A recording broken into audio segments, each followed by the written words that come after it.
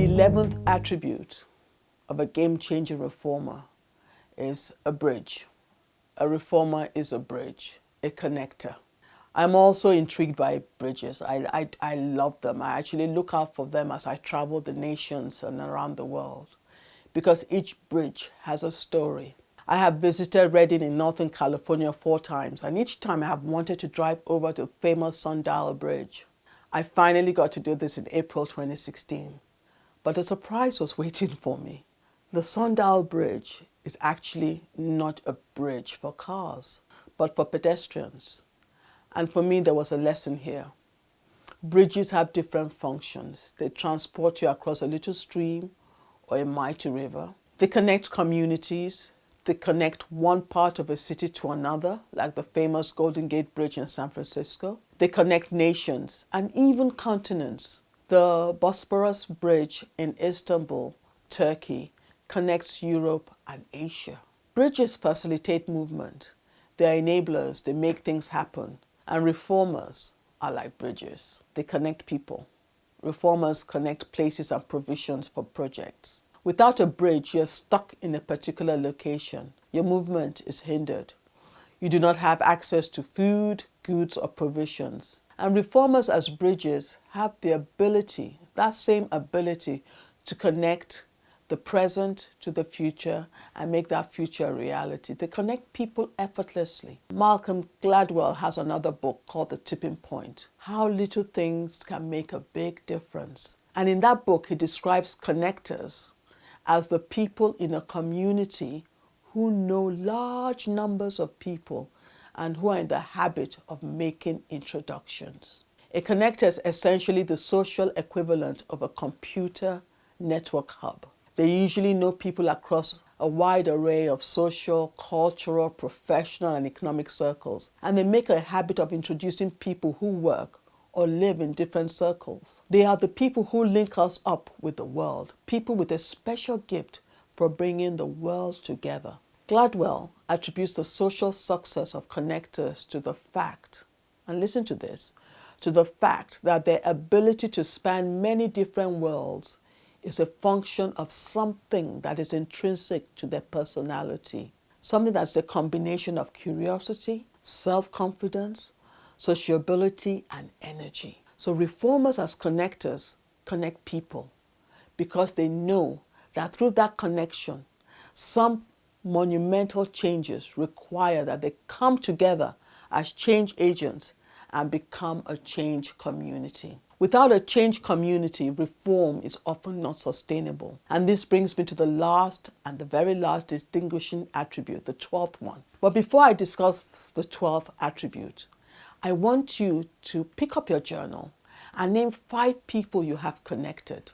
Just think about 5 people that you've actually brought together. What has been the positive effects of these connections, if any? And now that you're aware that connections trigger change and they can make change happen, begin to think of 3, perhaps 5 people that you should connect to make significant change happen. Just think about it. Write down their names and then make sure you connect them. The 12th attribute is reformers build change communities. The ability to collaborate is essential. We've talked about that. The willingness to collaborate is critical. And like I mentioned before, a collaborative mindset thinks in a uniquely different way. You understand that each person, like I said before, carries a piece of the puzzle, and the puzzle cannot be solved unless all the pieces come together. You also understand that no piece is more important than the other. If a piece is missing, the puzzle remains incomplete until that piece is found and added to the puzzle. Each piece is different. Think about a puzzle you've done as a child. Each piece is completely different. And it is a well-known fact that no 2 pieces of any puzzle are the same. And the puzzle actually reminds me of the body. Our body parts are all different, no matter how big or small the part is, or how hidden or obvious. Each part performs an indispensable function, and an important function for that matter. And I'm going to use an illustration to explain this. I remember one of the worst flights I have ever been on. I crossed the Atlantic Ocean from the United Kingdom to the United States of America. I had a bad cold, and my nose was completely blocked Until that day, I had not really paid much attention to my nose. Yes, I hadn't.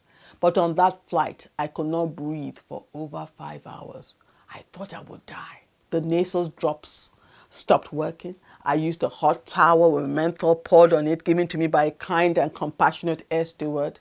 It had no effect whatsoever. I cried, I prayed, I did all I knew to do, and yet no change. My nose was totally blocked. I was breathing through my mouth and I couldn't get off that plane. I was so miserable. At that moment, my respect for my nose went up several notches. I laid my hands on my nose and started to honor it. I hailed my nose, telling it how wonderful it was and how much I appreciated it, and that I was sorry I had not paid it much attention all these years. I must have looked aside, and to tell the truth, I probably sounded slightly crazy. That day, I learned that my nose was a very valuable member of my body, and without it functioning properly, my life was an utter misery. And this is the same for change makers. If we don't take our rightful position in a change community, the lives of many people remain a misery. These people live below their potential because, as a piece of the puzzle, you have not moved into position and taken your place. Change communities like the Clapham group mentioned earlier. Change communities are most effective when the members of that community exhibit certain qualities and live a distinct lifestyle. And this is why the next pivotal step, step 2, developing the character of a reformer, is critical. What does this character look like? What makes it stand out?